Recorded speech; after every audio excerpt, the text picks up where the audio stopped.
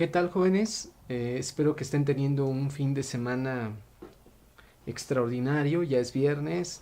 Entonces vamos el día de hoy a reflexionar un poco sobre la revisión de examen. El examen, como ustedes se pudieron dar cuenta, tiene sus bases en todas las lecturas. Miren, el curso, yo siempre he dicho que al joven hay que enseñarle a filosofar, no hay que enseñarle a filosofía. Pero no se puede filosofar si no sabemos, si no tenemos conceptos mínimos sobre lo que nos estamos dedicando, en este caso a la filosofía misma. Entonces, nosotros vamos revisando prácticamente cada semana una actividad donde tú pones en práctica todo lo que has leído. En el examen escrito ya no es necesaria la práctica porque ya la tienes y ya se está evaluando. En el examen son contenidos teóricos que son fundamentales para armar todas tus actividades a lo largo del curso. Por lo tanto, no te sorprenda y no te preocupes. El curso tiene toda esta carga práctica en las actividades y los exámenes pues siempre serán de este tipo. ¿Por qué? Porque hay que tener bases fundamentales para hacer filosofía. Entonces, voy a explicar más o menos algunas respuestas en las cuales la mayoría de ustedes cometió errores a lo largo del examen, y entre la que más se equivocaron, por ejemplo, fue identificar lo que es la antropología filosófica. La antropología estudia al ser humano. Entonces, filosóficamente, la antropología filosófica estudia el ser, estudia la estructura, la esencia, la intencionalidad del sujeto, del hombre mismo. La antropología estudia o trata de responder a las preguntas: ¿quién es el hombre? ¿A dónde va? ¿Qué es lo que quiere? ¿Cuál es su esencia como ser humano? ¿Qué es lo que le hace ser humano y no un animal, etcétera? Eso es lo que estudia la antropología filosófica, ¿no? La filosofía de la religión, por ejemplo, estudia la experiencia que guarda el hombre con un ser divino. O sea, si decimos que la religión es la relación que hay entre el hombre y Dios, o una divinidad, la filosofía de la religión estudia cómo se da esa relación. Por lo tanto, la filosofía de la religión estudia símbolos, mitos, libros sagrados, estudia ritos, liturgias, etcétera. Por eso es de que ustedes tenían la pregunta. La filosofía de la religión estudia la experiencia que guarda el hombre con Dios, contenida en mitos, en su lenguaje, en sus símbolos y doctrinas. Pues sí, ¿no? Otra pregunta que la mayoría de ustedes cometió error fue en definir lo que es la filosofía misma, hombre. La filosofía no es otra cosa más que la ciencia que estudia el ser de las cosas, es decir, lo esencial de las cosas, los fundamentos, las bases de las cosas, a la luz de la racionalidad humana, con la finalidad de darle sentido a la existencia.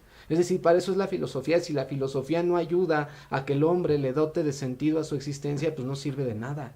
Por eso es que la filosofía va a los principios, a las causas, a los fundamentos, al ser de las cosas, lo esencial de las cosas, ¿no? Cuando hablamos del ser humano, a diferencia de un biólogo, a diferencia de un médico, al médico le interesa la parte física, ¿no? Los órganos, los tejidos, etcétera.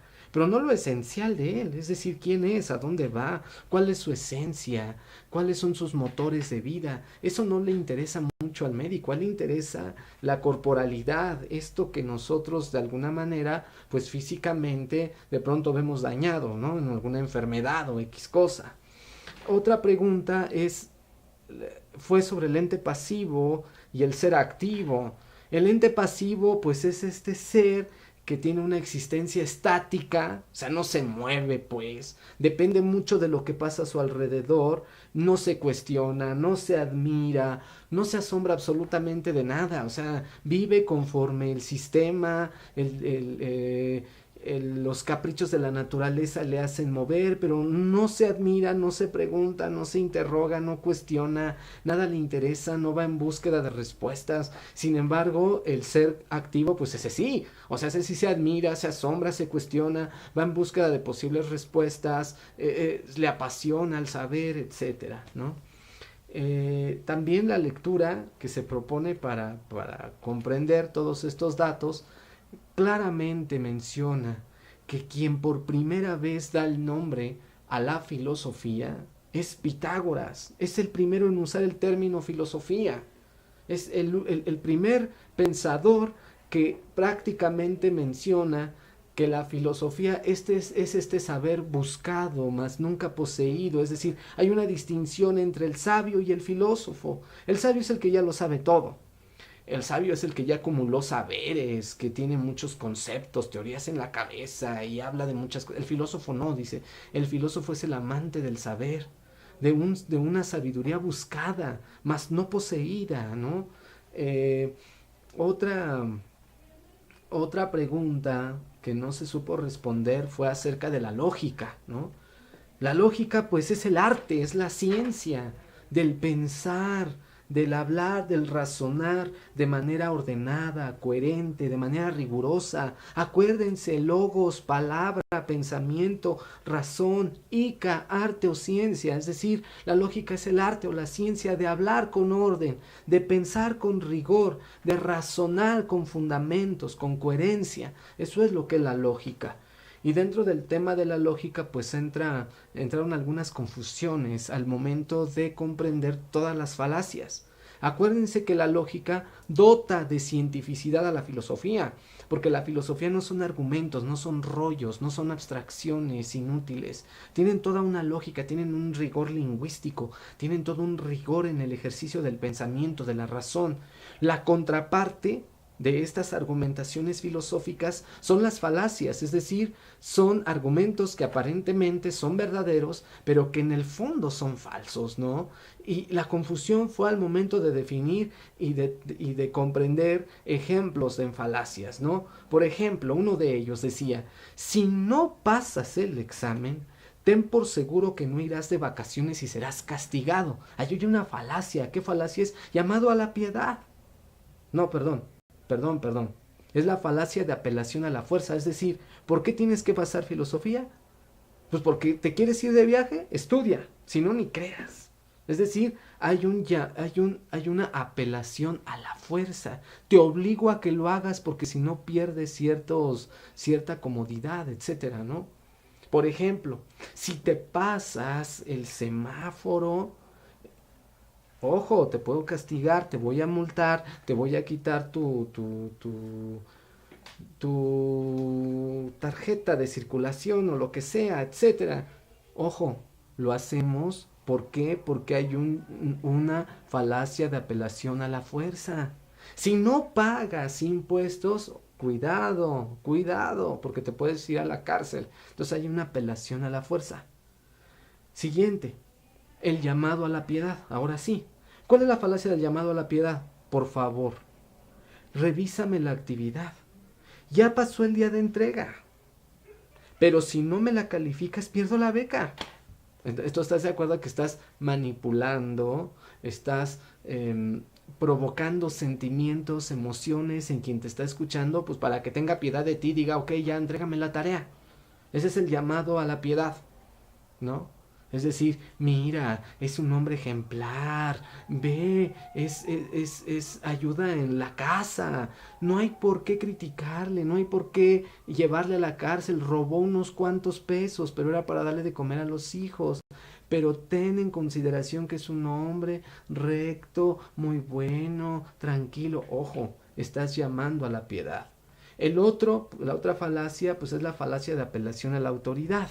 Es decir, donde tenemos que recurrir a gente importante para poder sostener nuestras propias afirmaciones.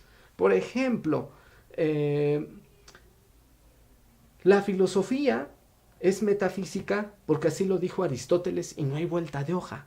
O sea, yo estoy recurriendo en Aristóteles para decir algo. Ese es el ejemplo que venía en el examen. La filosofía es metafísica porque lo dijo Aristóteles y no hay vuelta de hoja. Es decir, me tienes que creer porque lo dijo Aristóteles. No sé, es como decir, Pelé dijo que Messi es el mejor jugador de fútbol, soccer. Ah, porque lo dice Pelé, que fue un gran jugador, se dice que es el mejor jugador de fútbol de todos los tiempos, entonces hay que creerle. Es decir, hay un llamado a la autoridad. Es que mi maestro de biología dijo, es que mi mamá dijo. Entonces apelamos a la autoridad para convencer a los demás. Otra falacia que no se interpretó muy bien fue la falacia de causa falsa. Y es muy sencilla. El ejemplo del examen es, hoy que es el día del examen de filosofía, traigo mi camisa roja, seguramente voy a aprobar el examen, porque el día que fue el de física no estudié nada, pero traía puesta la misma camisa y aprobé. Esa es causa falsa. Es decir, las causas de cómo nos vaya, pues son cuestiones de casualidad, de coincidencia, ¿no? Por ejemplo, el día en que yo me presenté ante ustedes traía una camisa blanca. Cada que me ponga esa camisa blanca me va a ir muy bien. Por lo tanto, hoy que voy a tener una cita importante con el director del campus, voy a llevar mi camisa blanca porque siempre que me la pongo me va bien. O sea, son casualidades. Bien chicos, pues espero que esta retroalimentación te haya permitido tener con mayor claridad algunos conceptos que se fueron preguntando en el examen. Cualquier duda que tengas, ve al correo electrónico. La verdad es que muy pocos de ustedes lo han hecho, entonces yo espero que haya más dudas, que haya más inquietudes. Escríbanme, yo atenderé sus dudas y espero que tengan un excelente primer parcial y irnos con todo para poder llegar a tener un segundo parcial mucho mejor, tratar de comprender mejor los contenidos, pero sobre todo llevar a la práctica, a la vida, a la filosofía. Gracias.